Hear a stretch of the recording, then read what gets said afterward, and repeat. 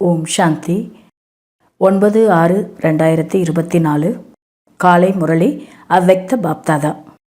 Revised date 15/2/2000. முரளியின் தலைப்பு: மனதை சுத்தமாகவும் புத்தியை தெளிவாகவும் வைத்து டபுள் லைட் ஃபரிஸ்தா நிலையை அனுபவம் செய்யுங்கள். இன்று பாப்தாதா தன்னுடைய சுயராஜ்ய அதிகாரி குழந்தைகளை பார்த்து கொண்டு இருக்கிறார். சுயராஜ்யம் பிராமண வாழ்க்கையின் பிறப்புரிமை. பாப்தாதா ஒவ்வொரு பிராமணர்களையும் சுயராஜ்ய ஆசனதாரியாக மாற்றியுள்ளார். சுயராஜ்யத்தின் அதிகாரமானது பிறவியிலேயே ஒவ்வொரு பிராமண ஆத்மாக்களுக்கும் கிடைத்துள்ளது. எந்த அளவு சுயராஜ்யத்தில் நிலைத்துள்ளீர்களோ அவ்வளவு தனக்குள் ஒளி மற்றும் சக்தியை அனுபவம் செய்வீர்கள். பாப்தாதா சொல்லிட்டுருக்கிறாரு, பிராமணர்கள் ஒவ்வொருத்தருக்கும் பிறவியிலேயே அந்த சுயராஜ்யம் அப்படிங்கிறது பிறப்புரிமையாகவே கிடைத்திருக்கிறது. ஏன்னா நீங்கள் வந்த உடனே ஆத்மா அப்படின்னு உணர வச்சிடுறாரு. அப்போ சுயராஜ்யம் பண்ண வேண்டியது தானே. இப்போ பிராமண ஆத்மாக்களுக்கு இது பிறவியிலேயே கிடைத்திருக்கிறது. ஆனால் எந்த அளவுக்கு நீங்கள் சுயராஜ்யத்தில் நிலைத்திருக்கிறீங்களோ அந்த அளவுக்கு நமக்குள்ள ஒளி மற்றும் சக்தி அனுபவமாகும் அப்படின்னு தந்தை சொல்லிகிட்ருக்கிறாரு. பாப்தாதா இன்று ஒவ்வொரு குழந்தையின் நெற்றியில் ஒளி கிரீடத்தை பார்த்து கொண்டு இருக்கின்றார். எந்த அளவு தனக்குள் சக்தியை கடைப்பிடித்தீர்களோ அந்த அளவிற்கு வரிசை கிரமமாக ஒளி கிரீடம் மின்னுகிறது. பாப்தாதா அனைத்து குழந்தைகளுக்கும் அனைத்து சக்திகளையும் அதிகாரப்பூர்வமாக கொடுத்துள்ளார். ஒவ்வொருவருமே மாஸ்டர் சர்வசக்திவான்கள்தான். ஆனால் தாரணை செய்வதில் வரிசை கிரமமாக இருக்கிறீர்கள்.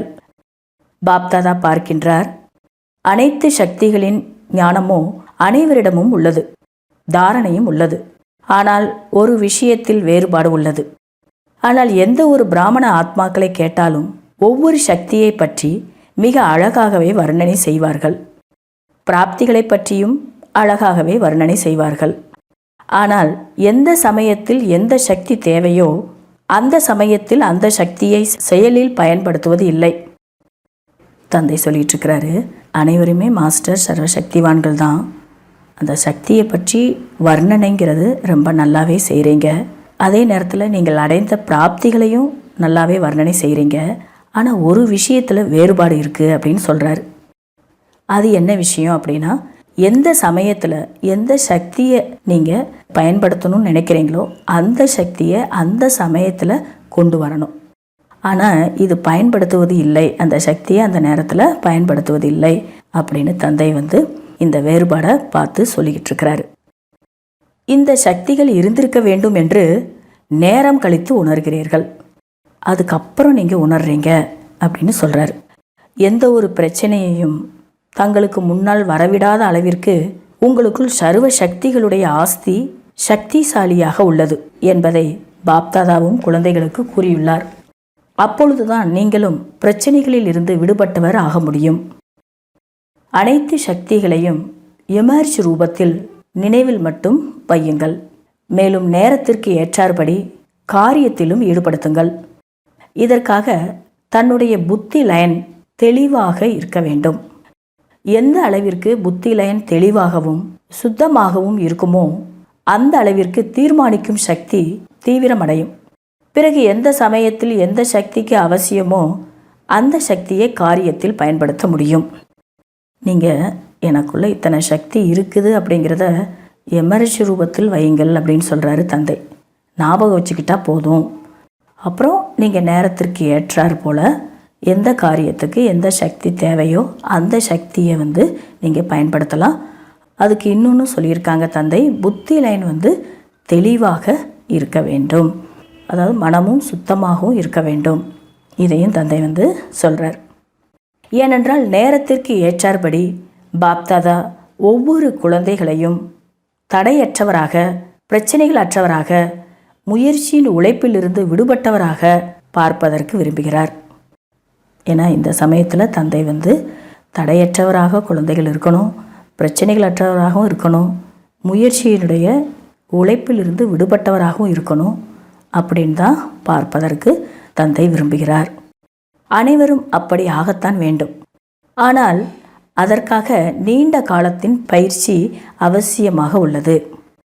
அது உடனடியாக வந்துடாது. அதுக்கு நீங்கள் நீண்ட காலம் பயிற்சி செய்யணும். அது இப்போ குழந்தைகளிடம் அவசியமாக இருக்குது அப்படின்னு தந்தை சொல்லிகிட்ருக்கிறாரு. பிரம்மா பாபாவின் விசேஷமான சம்ஸ்காரத்தை பார்த்துள்ளீர்கள். உடனடி தானம் மகா புண்ணியம். வாழ்க்கையின் ஆரம்பத்திலிருந்தே அவர் ஒவ்வொரு செயலிலும் உடனடியாக தானமும் செய்தார், உடனடியாக செயலையும் செய்தார். இது நம்ம பார்த்துருக்குறோம், கேள்விப்பட்டிருக்கிறோம். பிரம்மா பாபா துறந்து தான் மகா புண்ணியன்னு சொல்கிறாங்க. உடனடியாக அதை அவர் செயல்படுத்தினார், உடனடியாக தானமும் செய்தார், உடனடியாக செயலையும் செய்தார், காரியத்திலையும் கொண்டு வந்தார். பிரம்மா பாபாவின் விசேஷத்தன்மை, தீர்மானிக்கும் சக்தி எப்பொழுதும் அவரிடம் வேகமாக இருந்தது. அவர் உடனடியாகவே எதையுமே தீர்மானித்தார். அந்த விசேஷம் பிரம்மா பாபா கிட்ட இருந்துச்சு. பாப்தாதா ரிசல்ட்டை பார்த்தார். அனைவரையும் உடன் அழைத்து செல்லத்தான் வேண்டும். பாப்தாதாவுடன் செல்பவர்கள் தானே, அல்லது பின்னால் வருபவர்களா? எல்லாரும் ஒன்றா தானே போகணும்.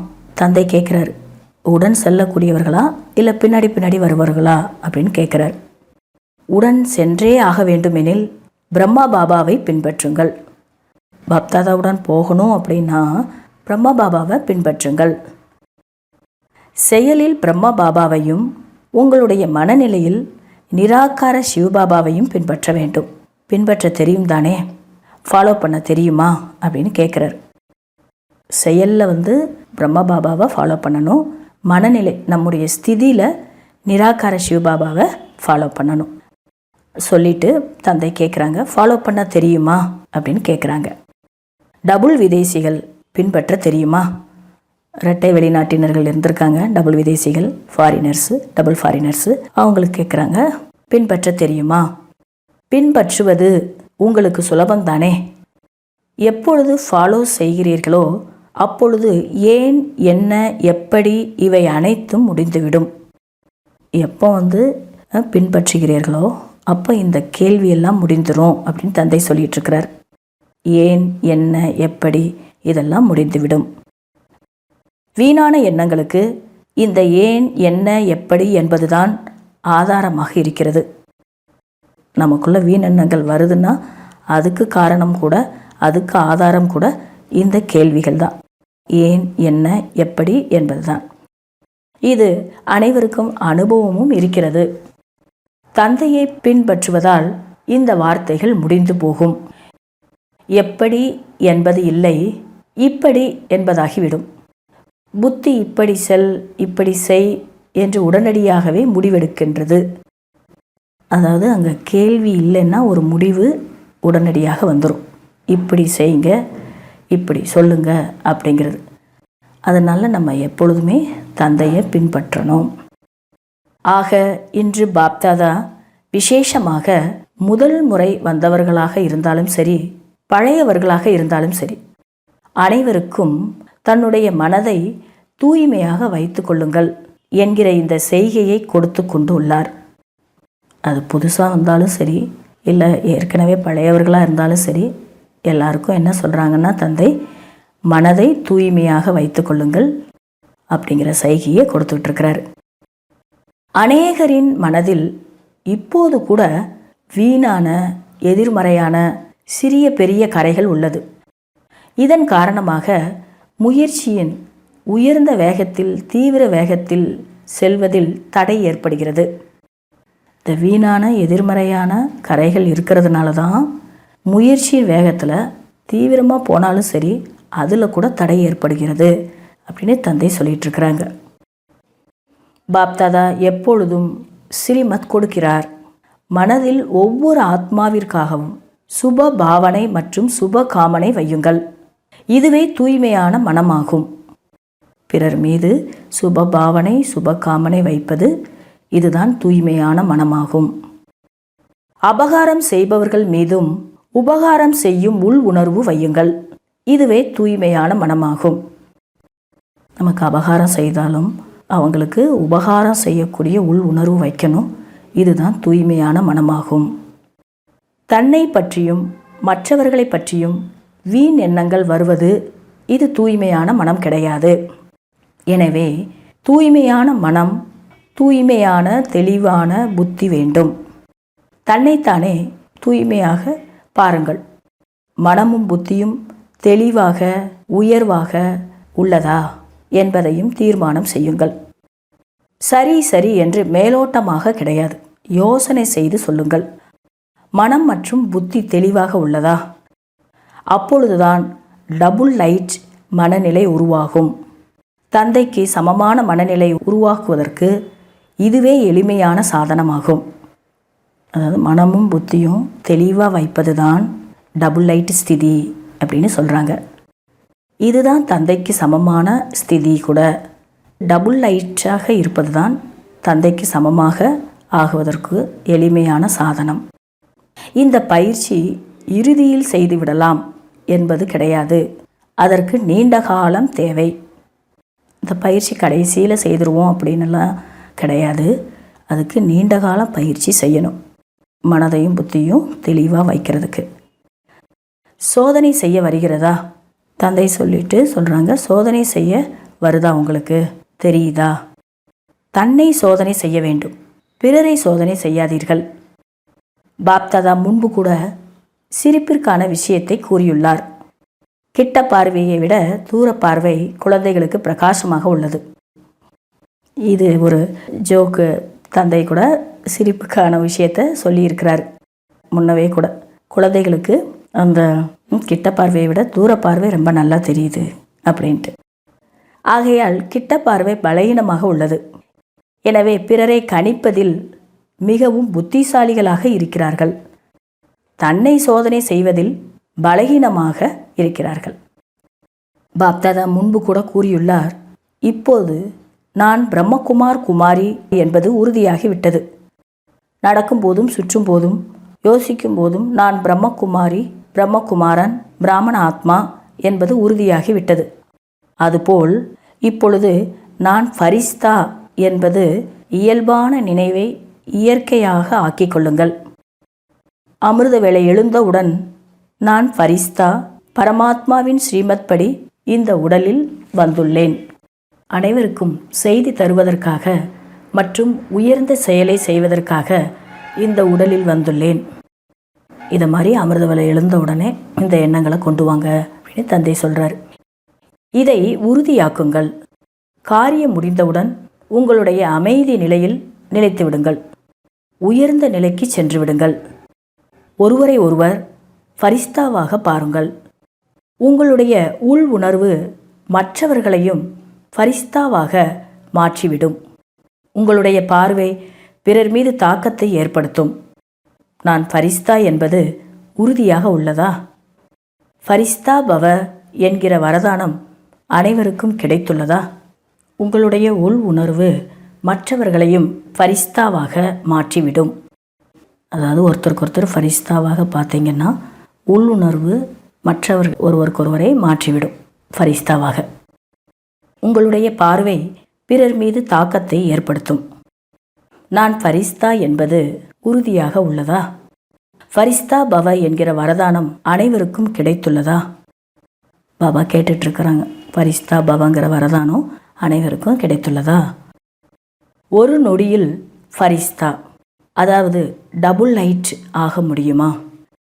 ஒரு நொடியில், ஒரு நிமிடம் கூட கிடையாது, ஒரு நொடியில், 10 நொடியும் கிடையாது, ஒரு நொடியில் நினைத்தீர்கள், ஆனீர்கள். இந்த பயிற்சி வருகிறதா? நல்லது. யார் ஒரு நொடியில் ஆக முடியுமோ, 2 நொடியில் இல்லை, ஒரு நொடியில் ஆக முடியுமோ அவர்கள் ஒரு கையை தட்டுங்கள். ஆக முடியுமா?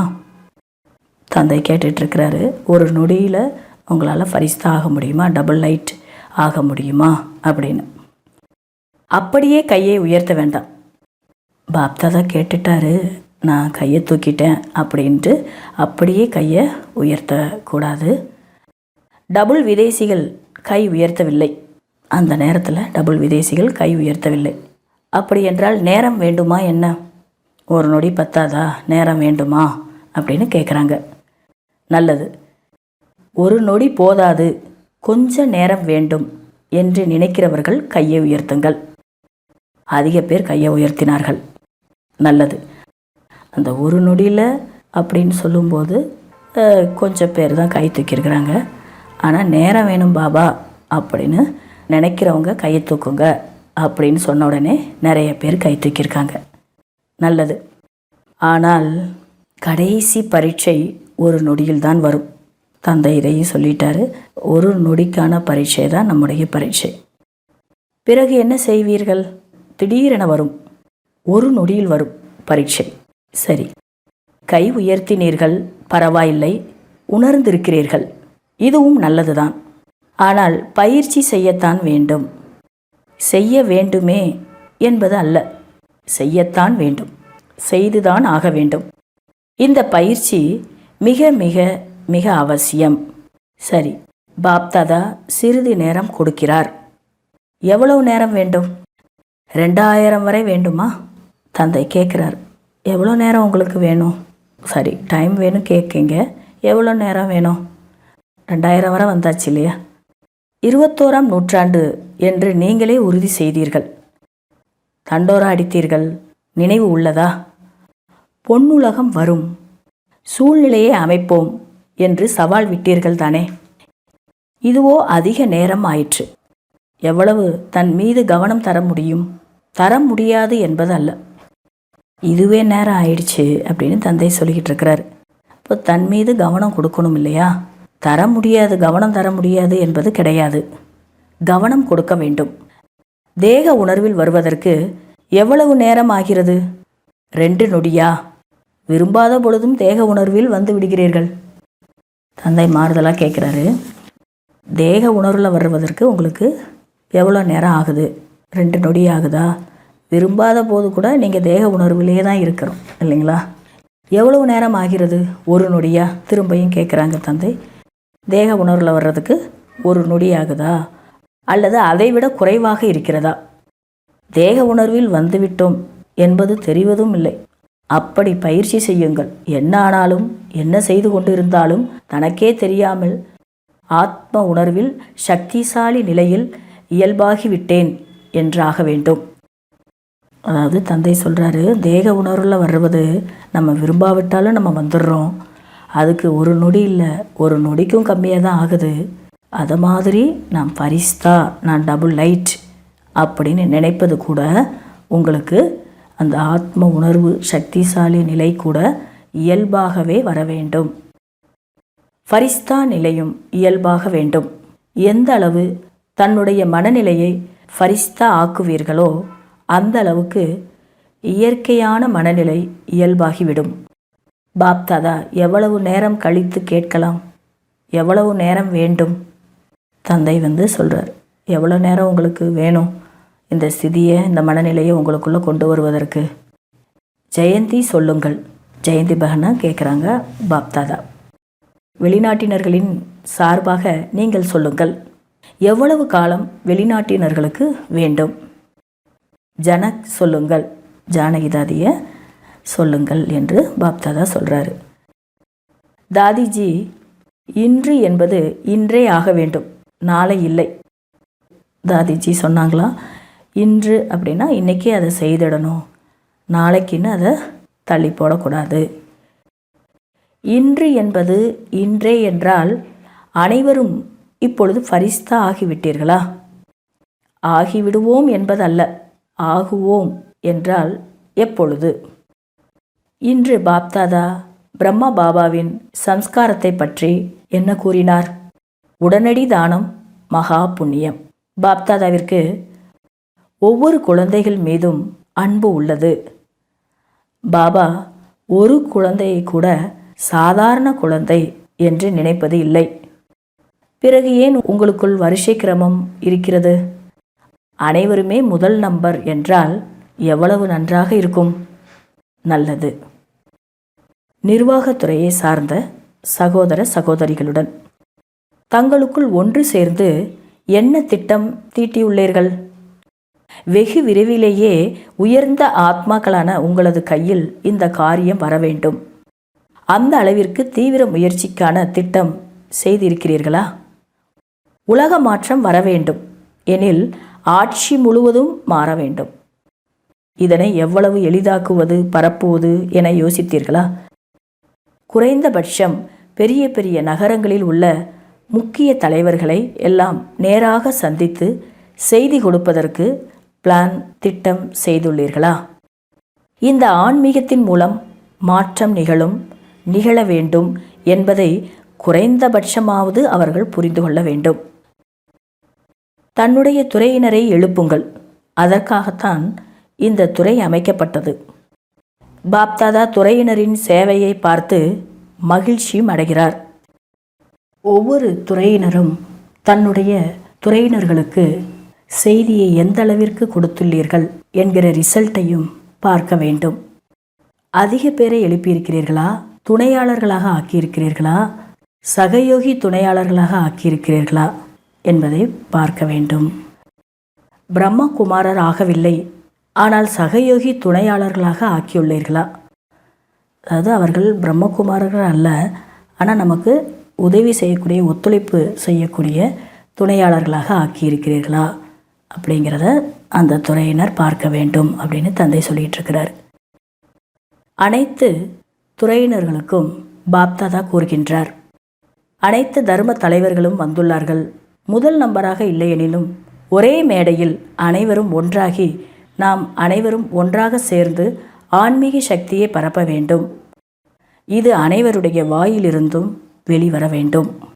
அதுபோல் இங்கு வந்துள்ள ஒவ்வொரு துறையினரும் எங்களுடைய துறையில் செய்தி எந்த அளவிற்கு சென்றடைந்துள்ளது என்கிற ரிசல்ட்டையும் கொண்டு வர வேண்டும். அந்தந்த துறையில் என்னென்ன செய்தி கொடுத்துருக்குறோம் அப்படிங்கிறது, எந்த அளவுக்கு கொடுத்துருக்குறோம், எந்த அளவுக்கு போய் சேர்ந்துருக்கு அப்படிங்கிற ரிசல்ட்டும் தந்தைக்கிட்ட கொடுக்கணும் அப்படின்னு சொல்கிறாரு. அடுத்து, ஆன்மீகமும் அவசியம், நாங்களும் கூட உதவியாளராக ஆக வேண்டும் என்று சொல்லும் அளவிற்கு இந்த ரிசல்ட்டை கொண்டு வர வேண்டும். தினசரி மாணவர்கள் ஆகாவிட்டாலும் சகயோகிகளாக ஒத்துழைப்பு தரக்கூடியவர்களாக ஆக வேண்டும். இதுவரை ஒவ்வொரு துறையினரும் என்ன சேவை செய்துள்ளீர்களோ அப்படி இப்பொழுதும் தர்ம தலைவர்களை அழைத்து சேவை செய்தீர்களோ அப்படி ஒவ்வொரு நேரத்திலும் செய்யுங்கள். முதலில் இந்தியாவிலும் பிறகு அகிலமெங்கிலும் செய்யுங்கள். விதவிதமான துறையினர் சார்ந்து ஒன்று சேர்ந்து அனுபவம் செய்ய வேண்டும். நாங்கள் சகயோகியாக ஆகுவோம் என்று. அப்பொழுது ஒருவரை ஒருவர் பார்த்து ஊக்க உற்சாகமும் வரும். அடுத்து, மதுபனில் இருக்கிறவங்களுக்கு தந்தை சொல்கிறாரு, மதுபனில் இருப்பவர்கள் சேவை இல்லாமல் இருக்கக்கூடாது. பிஸியாக இருப்பதற்கு விரும்புகிறீர்களா அல்லது களைத்து போய் விடுவீர்களா? மதுபன் வாசிகளிடம் உள்ள ஒரே சிறப்பம்சம் என்னவென்றால், அந்த சிறப்பம்சத்தை பார்த்து பாப்தாதாவும் பல மடங்கு வாழ்த்து தருகிறார். 100 மடங்கு அல்ல, பல மடங்கு. அது என்ன விஷயமாக இருக்கும்? யாராவது வந்துவிட்டால் சேவையில் ஈடுபட்டு விடுகிறீர்கள். மனதில் என்ன இருந்தாலும் அது மறைந்து விடுகிறது. ஆன்மீகமே தெரிகிறது, களைப்பற்ற நிலை தெரிகிறது. மதுபனில் வரக்கூடியவர்கள் அனைவரும் இங்கே இருப்பவர்கள் ஃபரிஸ்தாக்களாகவே தெரிகிறார்கள் என கூறிவிட்டு செல்கிறார்கள். இந்த விசேஷத்தன்மை அதிகமாக உள்ளது. செய்யும் பொழுது அந்த நேரத்தில் வில் பவர் வந்துவிடுகிறது. சேவையில் ஜொலிப்பும் தெரிகிறது. இந்த சான்றிதழ் பாப்தாதா தருகின்றார். வாழ்த்துக்கள். மதுபன் வாசிகள் கைத்தட்டுங்கள் அப்படின்னு சொல்லியிருக்கிறாரு. நல்லது. அடுத்து, ஊடகத்துறையினருக்கு மீடியா விங். வெளிநாட்டிலும் ஊடகத்துறை ஆரம்பமாகிவிட்டது. இப்பொழுதெல்லாம் ஊடகத்தின் முயற்சி நன்றாக இருப்பதை பாப்தாதா பார்க்கின்றார். செய்தித்தாள்களிலும் செய்திகள் வர ஆரம்பித்து விட்டது. அன்பாக செய்திகளை கொடுக்கின்றார்கள். முயற்சிக்கான பலன் உங்களுக்கு கிடைத்துவிட்டது. ஊக்க உற்சாகம் இருந்தால் வெற்றியும் இருக்கும். இனி வரும் காலங்களில் அனைத்து சாதனங்களும் உங்களுக்கு பயன்படும். இது போன்று மீடியா துறையினருக்கும் நிறைய விஷயங்களை சொல்லியிருக்கிறாரு. நல்லது. நாலாபுறமும் உள்ள உள்நாடு வெளிநாடுகளில் உள்ள சாக்கார ரூபத்திலும் மற்றும் சூட்சும ரூபத்திலும் சந்திப்பை கொண்டாடக்கூடிய அனைத்து சுயராஜ்ய அதிகாரி ஆத்மாக்களுக்கு எப்போதும் இந்த உயர்ந்த அதிகாரத்தை தன்னுடைய நடத்தையில் மற்றும் முகத்தில் வெளிப்படுத்தும் விசேஷ ஆத்மாக்களுக்கு என்றென்றும் பாப்தாதாவின் ஒவ்வொரு அடியையும் தனக்குள் பின்பற்றி சதா மனதை சுத்தமாகவும் புத்தியை தெளிவாகவும் வைத்து தானாகவே தீவிர முயற்சி செய்யும் ஆத்மாக்களுக்கு எப்பொழுதும் கூடவே இருந்து கூடவே செல்லுகின்ற டபுள் லைட் குழந்தைகளுக்கு பாப்தாதாவின் அன்பு நினைவுகள் மற்றும் நமஸ்காரம். வரதானம்: சாதனங்களை பற்றற்ற நிலையில் இருந்து சாதனங்களை பற்றற்று விலகிய நிலையில் இருந்து செயலில் பயன்படுத்தக்கூடிய எல்லையற்ற வைராகியம் உடையவராகுங்கள். எல்லையற்ற வைராகியதாரி என்றால் எதன் மீதும் பற்றுதல் இருக்காது. சதா தந்தைக்கு அன்பானவர். இந்த தந்தையின் அன்புதான் விலகி இருக்க செய்கிறது. தந்தையின் அன்பானவர்களாக இல்லை என்றால் விலகியும் இருக்க முடியாது. பற்றுதலில் வந்து விடுவீர்கள். தந்தையின் அன்பானவர்கள் என்றால் அனைத்து கவர்ச்சிகளில் இருந்தும் விலகி இருப்பார்கள். இதனைத்தான் பற்றற்ற நிலை, நிர்லேப் ஸ்திதி என்று சொல்லுவார்கள். எந்த ஒரு எல்லைக்குட்பட்ட கவர்ச்சியிலும் வருபவர்கள் அல்ல. படைப்பு மற்றும் சாதனங்களை பற்றற்ற நிலையிலிருந்து காரியத்தில் பயன்படுத்துங்கள். இப்படிப்பட்ட வைராக்கியம் உள்ளவர்கள்தான் ராஜரிஷிகள். ஸ்லோகன்: உள்ளத்தில் உண்மையும் தூய்மையும் இருந்தால் தந்தை மகிழ்ச்சி அடைவார். இன்றைய அவ்வக்த சமிக்கை: தாங்கள் அனைவருக்கும் தந்தை மூலம் சுத்தமான இல்லறம் கிடைத்துள்ளது. புத்தியின் இல்லறம் என்றால் சுத்த எண்ணங்களை நினைப்பது. வார்த்தையின் இல்லறம் என்றால் தந்தையின் மூலமாக எதை கேட்பீர்களோ அதை சொல்லுவது. கருமத்தின் இல்லறம் என்றால் கருமயோகி ஆகி ஒவ்வொரு செயலை செய்வது. தாமரை மலருக்கு சமமாக விலகியிருந்தும் அன்பாகவும் வாழுவது. ஒவ்வொரு செயல் மூலம் தந்தையின் ஒவ்வொரு செயலை வெளிப்படுத்துவது. ஒவ்வொரு செயலையும் சரித்திரம் படைத்ததாக செய்வது. தந்திரமாக இல்லை, ஆனால் சரித்திரமாக செய்வது. அதுவும் தெய்வீக சரித்திரமாக செய்ய வேண்டும். அப்பொழுதுதான் கர்மயோகி என்று சொல்லப்படுவீர்கள். நல்லது. ஓம் சாந்தி.